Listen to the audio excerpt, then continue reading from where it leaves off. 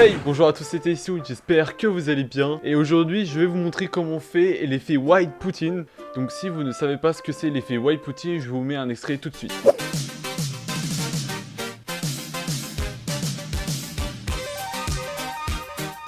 Et donc voilà, le même de base, il ressemble à ça. Et maintenant, je vais vous montrer comment moi j'ai fait.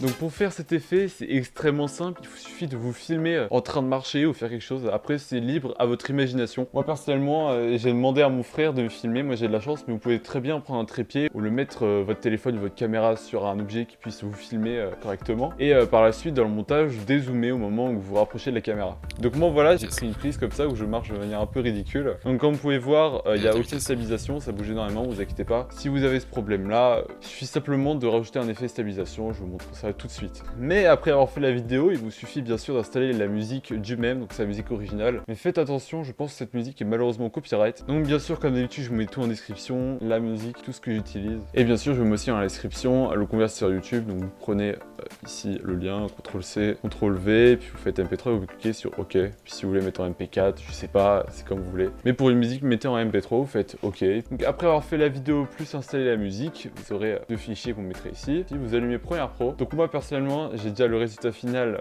sur le côté-ci. Donc voilà, vous prenez la vidéo originale et la musique. Donc dans un premier temps, ce qu'on va faire, c'est qu'on va supprimer la bande audio de votre vidéo parce qu'elle n'est pas utile. Bah vous pouvez la garder si vous voulez faire un truc spécial. Et moi personnellement, je n'en ai pas besoin. Et donc après, moi voilà, j'ai ma vidéo. Donc d'abord, on va déjà incruster la musique avec la vidéo. Donc après, si vous avez besoin de couper le début, prenez ça et puis vous coupez et puis vous supprimez. Parce qu'en gros, moi ce que je vais faire, c'est que dès que j'arrive sur le tas de bois, je vais sortir, je vais commencer à zoomer et puis après ça va s'étirer en même temps. Ça peut être cool si vous mettez votre pas plus la musique ensemble, que ça fasse un peu du rythme. Donc moi ce que j'ai fait, c'est que j'ai environ coupé à 14 secondes de la musique. Donc après ce qu'on va faire, c'est qu'on va mettre l'effet stabilisation, parce que la caméra elle bouge beaucoup.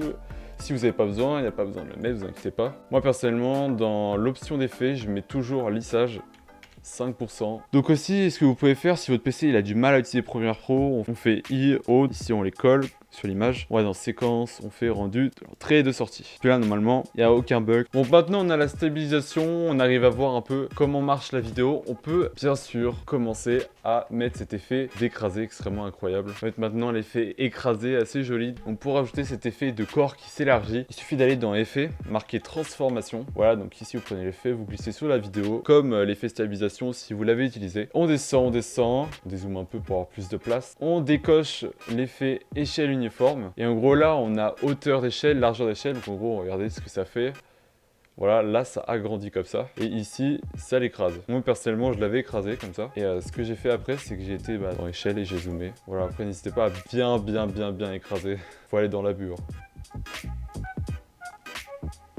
Donc bien écrasé, ça rend un truc comme ça. Mais comme on peut voir, c'est que des fois il y a mes bras qui sortent et tout. Si ça vous dérange, vous pouvez simplement faire un tracking à la main. Il n'y a pas besoin d'utiliser After Effects. Ici, c'est qu'on va mettre une clé de position. On va mettre une clé de position sur hauteur d'échelle. Donc après, on va reculer un peu. Et là, on rajoute notre clé. Sauf que cette fois-ci, on appuie sur les petites roulettes là. Hop là, ici. Et c'est pareil pour hauteur d'échelle. On appuie ici sur la roulette de visualisation. Et du coup, c'est un truc comme ça. Voilà, donc là le problème, quand on vient de voir, c'est que c'est très rapide, que ce soit beaucoup plus doux. Donc pour ça, on va dézoomer là, ici. Recule un peu pour que l'animation soit beaucoup plus douce. Donc au moment où ça zoome et que mon personnage avance, ce qu'on va faire, c'est qu'on va bouger. C'est-à-dire que juste ce que vous faites, c'est que vous cliquez sur position ici. Et vous bougez, pas qu'on voie bien sûr les bords noirs, sinon ça va faire moche. On avance, on bouge comme ça. Voilà. Comme ça, de toute façon, je pense que vous avez compris.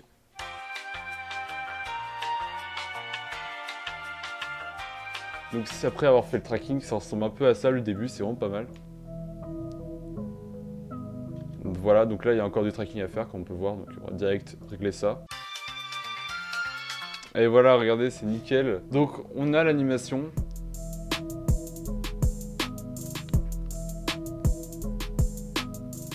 Tout est nickel. Après on peut rajouter un truc, j'avais vu aussi dans la vidéo originale de White Poutine, j'avais vu aussi qu'il faisait un peu des zooms un peu rapides mais pas trop. Donc on va dire que le zoom on va le faire là, on va commencer. Donc pour que je sois plus à l'aise à faire cet effet de zoom, on va directement reprendre un effet de transformation, on va le remettre dans l'image. On active la clé de position et d'échelle, on avance un peu, voilà.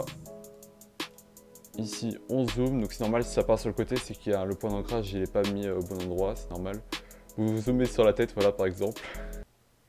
Ah voilà, là tu vois c'est trop lent. Ce qu'il faut faire c'est que ce soit bien rapide, ça c'est assez joli. On rapproche les 4 clés ensemble, pour comme ça que le zoom il soit plus rapide, mais on est toujours pas assez rapide.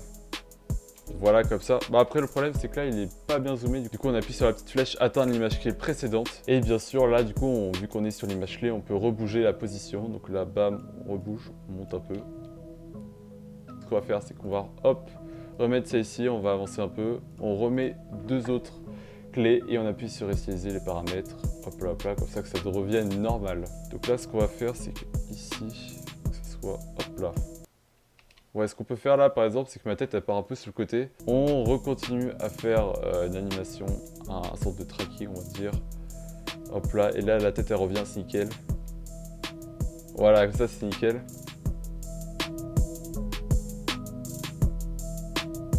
Ouais, c'est nickel.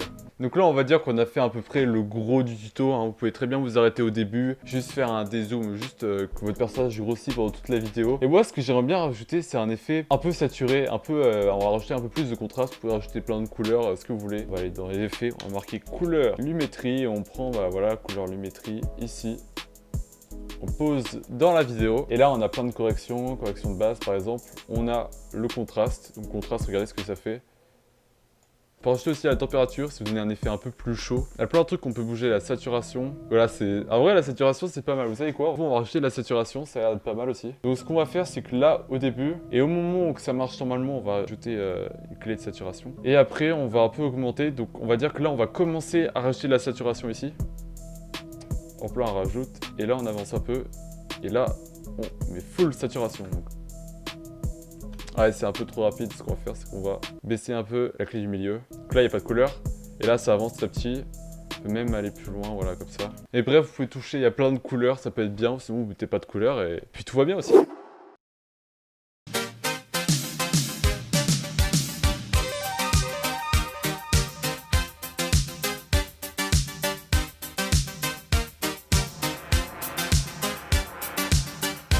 Et voilà, j'espère que vous avez bien compris comment fonctionne le même et comment on fait pour le faire aussi. Le montage que je viens de faire, je vous le mets en description si vous voulez voir. Surtout, n'hésitez pas à poser des questions en commentaire si vous n'avez pas compris quelque chose. Peut-être que vous-même, vous aurez fait ce même chez vous, donc n'hésitez pas à me l'envoyer en commentaire. Abonnez-vous et mettez un max de pouces bleus. Et aussi, c'est très important, n'hésitez pas à vous abonner. Vous avez 82,5% à pas être abonné. Voilà, si vous explosez la barre d'abonnement, je sais pas si ça se dit, ça me ferait extrêmement plaisir. Et personnellement, je vous dis à la prochaine.